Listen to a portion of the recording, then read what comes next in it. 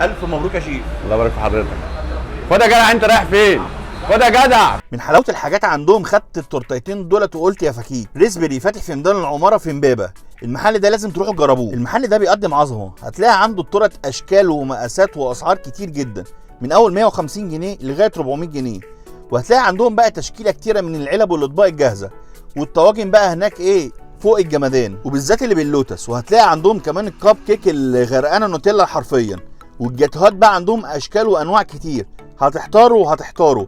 ويلا بينا بقى ندخل على الشرقي. وهنبدا اول حاجه بالكنافه اللي بتبقى غرقانه كريمه عندهم، بتتعمل اول باول وغرقانه سمنه كده زي ما انتم شايفين، بتتعمل قدامك وقدام عينيك. انا قعدت تقريبا عندهم ساعه اتباع اكتر من 3 صواني، ده معناه انها شغاله ومتجربه وعليها سحب جامد. وكمان انا جربتها وكانت سخنه مولعه وكان طعمها عالي العال. الشرقي بقى عندهم اصنافه كتير جدا، هتلاقي عندهم كل انواع الكنافه، كل انواع البسبوسه بالمكسرات وساده وبالنوتيلا وبكل حاجه.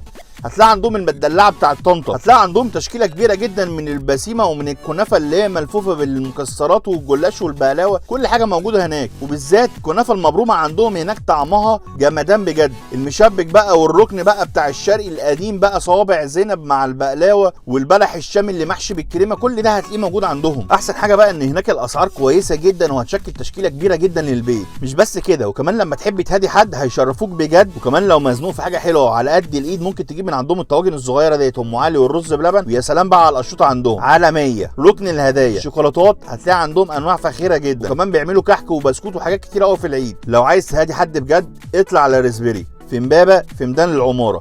واسيبكم دلوقتي بقى مع الكنافه النابلسيه اللي غرقانه جبنه، ومستني رايكم انتوا فيها في الكومنتات. سلام.